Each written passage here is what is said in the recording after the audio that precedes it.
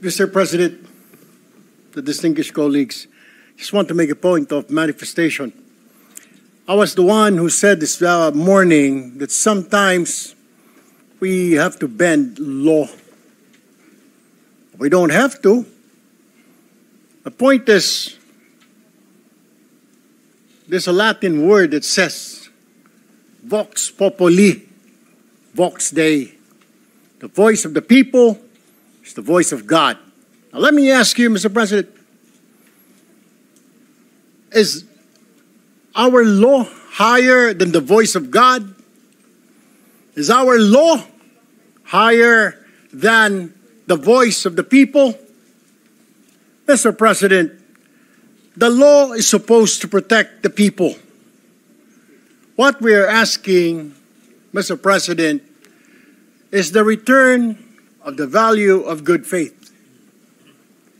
I understand, Mr. President, what the gentleman from Pampanga this morning was saying, that it is not a requisite to return the money na kinuha po ng mga kontraktor, ng mga kumita po sa flood control project, Mr. President. Tama po yun, hindi po. At meron pong prosesong sinusunod tayo na kailangan sundin. Pag gumulong na yung batas, hayaan ng korte ang magsabi, Mr. President, tens of thousands of people went out last Sunday. Narinig ko po, hindi ko po alam kung yung mga kasama natin narinig. Narinig ko po yung sigaw ng taong bayan. Ibalik ang pera namin. Malinaw po. And I was asked by a reporter, by an interview, your comment. I said the message is loud and clear, Mr. President. Ayusin natin sa gobyerno ang ating mga trabaho. Iwasan po mahulog sa korupsyon. The people are demanding that these people, contractors, DPWH officials, including politicians who made wealth, kumita po sa flood control, na kung maaari isoli nila ang kanilang ninakaw sa bayan. And I think that is the right thing to do. Ang problema kasi, Mr. President, kung susundin natin ang batas, alam naman po natin ang pagdinig sa ating bayan ay buwan at taon ang inaabot. Baka pagdating po sa dulo, wala na pong makuha ang gobyerno sa mga taong ito. My only point, Mr. President, is the people were asking, the people are demanding. Isole yung pera na ninakaw sa kanila. Meron po tayong batas. True enough, Mr. President, I don't disagree. There is a process. May proseso, tama din po.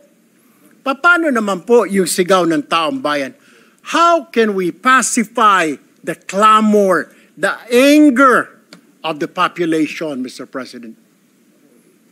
I have no answer. My only answer, Mr. President, is isoli po ninyo ang inyong ninakaw. No ifs and buts. Ang sinasabi lang po ng DOJ, kakausapin po nila ang mga taong ito. Kung pwede, isoli. Wala naman po sinabi ang DOJ. Ito ang batas, bawal po, kailangan ninyong isoli yan. The DOJ, the Secretary himself said, they will ask, but they will not force them. Depende, mas mabuti raw kung kusang loob nilang isurrender yung pera, Mr. President. Wala naman pong nagbabawal sa batas na magbalik ng ninakaw. There's no such thing. And alam ko pong meron tayong process, we have procedures. But my only point is, Mr. President, whether I'm right or wrong, I stand to the wishes of the public, of the Filipino people, ibalik ang perang ninakaw sa kanila. Period, Mr. President. Thank you, Mr. President. Thank you, Senator Erwin Tulfo. Senator Padilla is recognized. Opo. Ginoong Pangulo, napakaganda po ng mga punto na binitawan ng ating inahangaan na si Senator Erwin Tulfo.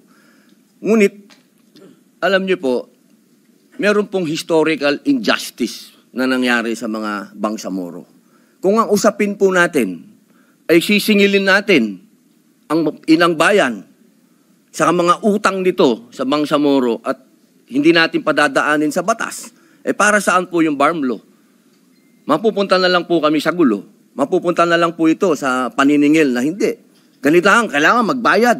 Kailangan ngayon na. Kailangan po dumaan tayo sa proseso. Ang atin pong saligang batas ay malinaw na nagsasabi na may due process. Kung argumento po natin, makikinig tayo sa sinasabing, ngayon na. Teka muna po. Marami pong maliligaw. Katulad po ng mga kasama nating artista, halimbawa, sinasabi nila, kung ganyan, wag na tayo magbayad ng tax. Paano pong gagawin natin? Papayagan po ba natin na mga artista ngayon wag na magbayad ng tax dahil yun ang boses nila? Yun ang voice of God, yun ang voice of the people. Ang gusto ng mga tao, lahat ng tao ngayon ayaw na magbayad ng tax. Dahil sa nangyayaring ito. Ang gusto ko lamang pong linawin, Ginoong Pangulo, tama po, naniniwala po ako na ang tao'y galit na. Dapat lang po silang magalit. Marami nang talagang ghost project, ang dami na pong nangyayaring ito. Pero sana po, intindihin po natin din yung mga kababayan natin sa malalayong lugar na humahanap ng hustisya. Madami pong mga kababayan natin, katulad ng mga katutubo, na humihingi din po ng hustisya yan. Pero dinadaan po natin sa batas ang pagnanakaw sa kanilang mga lupain, ang pagnanakaw sa mga mineral resources nila. Pero lagi natin sinasabi, may batas tayong dapat sundin. Paano kung isang araw gusto din nilang ng anarchy?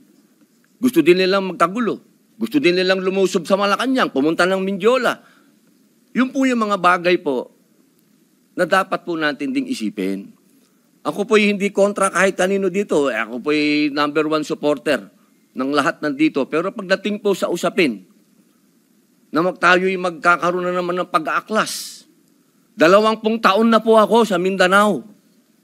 Alam po yan ng kapatid ko na si Senator Mig Subiri na umiikot dyan sa mga liblib na lugar para kumbinsin ng mga taong sumunod tayo sa batas. Yun lamang po, mga senador tayo. Gumagawa tayo ng batas. Ang batas kailangan sundin natin tayo mismo. Yun lamang po, wala naman akong gustong sabihin kundi yun lang. Maraming salamat po. Senator Erwin Tulfo is recognized. Mr. President, just last point. Hindi po kahit kailan nagnakaw ang Bangsamoro. To tell you, kung mga kasama po natin, 20 years na pong nag-ikot sa Mindanao, ako lumaki po ng Mindanao. I've been to Hulo, I've been to Basilan, I've been to Tawi-Tawi, I've been to Marawi. Maro nga po ako magsalita ng Tausog eh.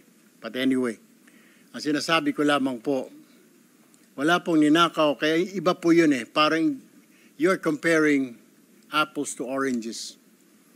Yung Bangsamoro po, hindi po nagnakaw, kaya yung sinasabi na kailangan kasuhan or something, hindi po eh.